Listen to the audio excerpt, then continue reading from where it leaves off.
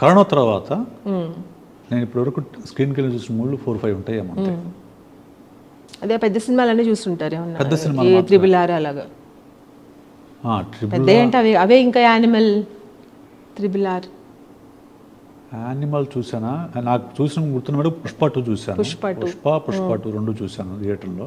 అవే పెద్ద సినిమాలు. Triple R నేను థియేటర్లో చూసినట్లేదు, నేను చూడలేదు ట్రిబుల్ ఆర్. యానిమల్ చూశాను. ట్రిబుల్ ఆర్ నాకు అసలు నచ్చని మూవీ ఇది. నాకు ఆస్కార్ వచ్చి ఉండొచ్చు కాక నాకు అది రిడిక్యులస్ మూవీ అనిపించింది. అంటే సీతారామరాజుని కొమరం భీమిని కలిపి ఒక కిచిడి వండటం అనేది నాకు కరెక్ట్. ఇప్పుడు ఫిక్షనల్ క్యారెక్టర్స్ కలపడంలో తప్పులేదు, నిజంగా ఉన్న మనుషుల్ని కలిపి ఒక సినిమా తయారు చేసి వాళ్ళిద్దరు ఇప్పుడు ఏమవుతుందంటే రేపు కొన్ని రోజుల తర్వాత ఒక తరం పోయిన తర్వాత నిజంగా వీళ్ళిద్దరు కాలంలో అనుకుంటారు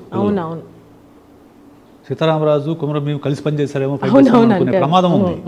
అటువంటి ప్రమాదాలు చూపించే మూవీని తీసి దాన్ని ఒక ఏదో పెద్ద హైప్ క్రియేట్ చేసి దానికి ఒక లార్జ్ స్కేల్ చేసి నాకు నచ్చలేదు.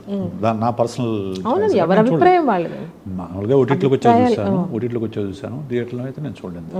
సో ఎందుకంటే అనవసరం అనిపించింది థియేటర్కి. ఇప్పుడు పెద్ద లార్జ్ స్కేల్ మూవీస్ అయితే చూడొచ్చు, కల్కి చూశాను, దాన్ని అక్కడ చూస్తేనే అక్కడ చూస్తే నాకు ఆ ఇంపాక్ట్ తెలుస్తుంది. కానీ అదే మూవీని మొబైల్లోనో లేకుంటే ఓటీటీలో చూస్తే మనకు అర్థం కాదు. కాబట్టి అటువంటి బిగ్ స్క్రీన్ మూవీస్ చూశాను, మిగతా అయితే నో.